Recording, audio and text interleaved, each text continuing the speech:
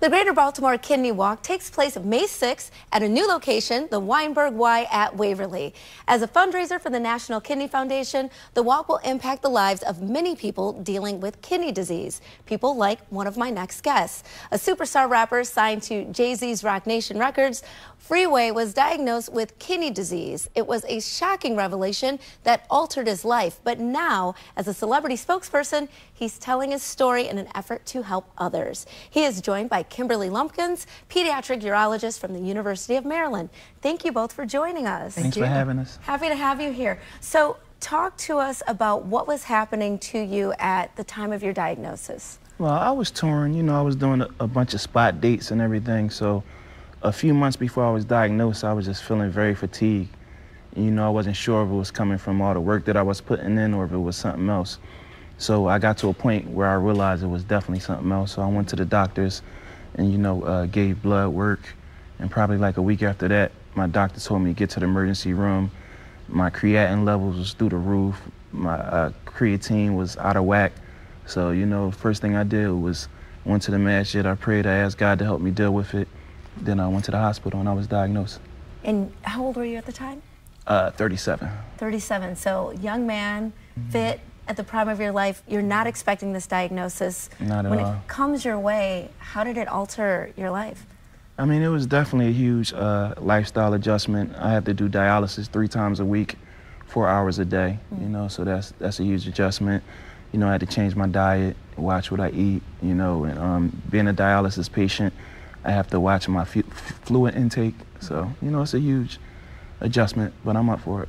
You are up for it, and you're talking to people, sort of helping them through the process as well. Kimberly, his story, is it unique? Is it something that, you know, that we're seeing a lot of, or is it Unfortunately, it's really common. 1 in 3 Americans is at risk for kidney disease, and we estimate that about 30 million Americans has some degree of kidney disease.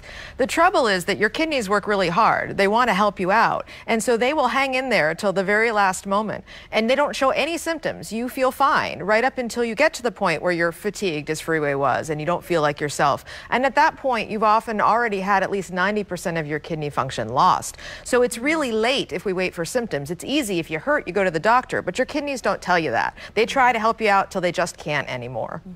And how are you doing now? You're going through the dialysis treatment now? I'm doing good. I feel good. You know, I have my days, but for the most part, I'm good. You know, I do everything the doctors tell me to do. All my levels are great. I'm active on the transplant list, so I'm happy. Wonderful. And you know, you've got a lot on your plate just sort of maintaining your own health. Why do all of this and travel around and be a celebrity spokesperson?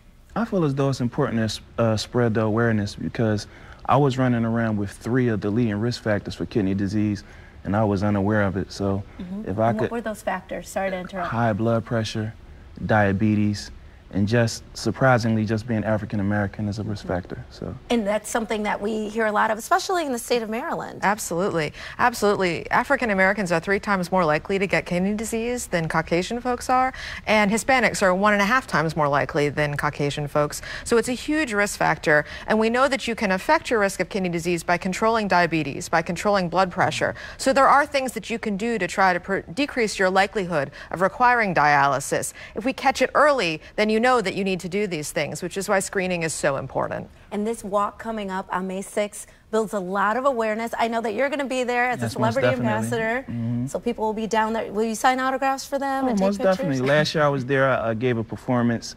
We had over 5,000 people out there. It was a beautiful turnout, so I look forward to it. That's probably why they moved to a new location, because it's going to be even bigger this year. Thank you guys so much for being here. Good luck to you. Thank you. And we'll be right back with more Midday Maryland right after this. Stay tuned.